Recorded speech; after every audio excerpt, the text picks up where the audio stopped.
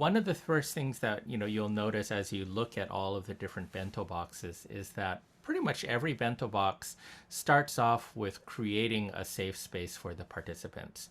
Can you tell us why is that so important for the work that then happens in a bento box?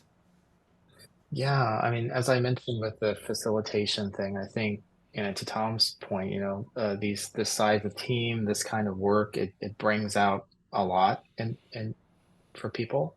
Um, and I think, zooming out to SY Partners and its philosophy, I think the perhaps the core insight that Keith and SYP had quite early on in the evolution of the consultancy was that business is ultimately a human endeavor. I know that seems very obvious to us now, but I think in the 90s that wasn't really something that was thought about too much. In that humans have feelings and humans have context, and to do work really well, we have to look at the work through a lens of humanity. And so, we need to help the humans who are engaging in any kind of endeavor, business endeavor, to feel heard, seen, designed for, and ultimately safe so they can really bring out their best ideas, bring out their clearest thinking, their honest feelings. And, a lot of SY Partners work has been about creating the conditions or the container or the structure, the safety for people to do that and to do it in a way that is actually quite cathartic for the collective, for the organization, and helps ideas get stronger, helps the bonds within teams and between teams and in an organization get stronger. Alignment gets truer and the sense of direction gets clearer. And so I think these are it's all humans and human systems.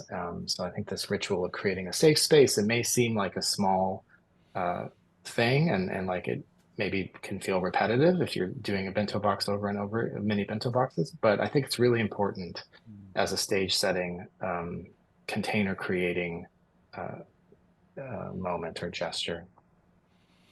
Thank Yeah, you very much. and maybe if I can just add on to that a bit as well.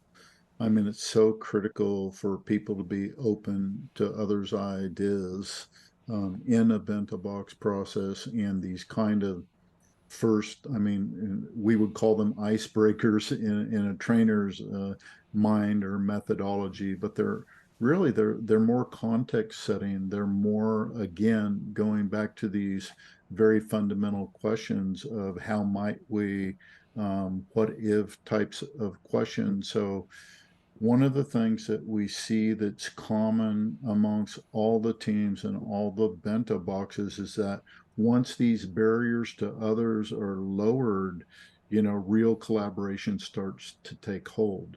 And one of the things we say, it's a tool for radical collaboration because absent of these things that we bring into the room, if we can, lower the barriers between people as they go through these activities, we can see true collaboration and true partnerships starting to evolve in the process. So I think these tone setting, context setting elements in the first instances of each bento box is more about who am I authentically?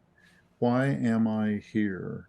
Mhm. If I was to do this, how would you receive me and how would we approach this together? So it's almost like a collaboration kickstarter in a bit because people can reveal their true selves and their real intentions of why they show up and why they're there. And it works very well to support all of the activities that follow in each bento box.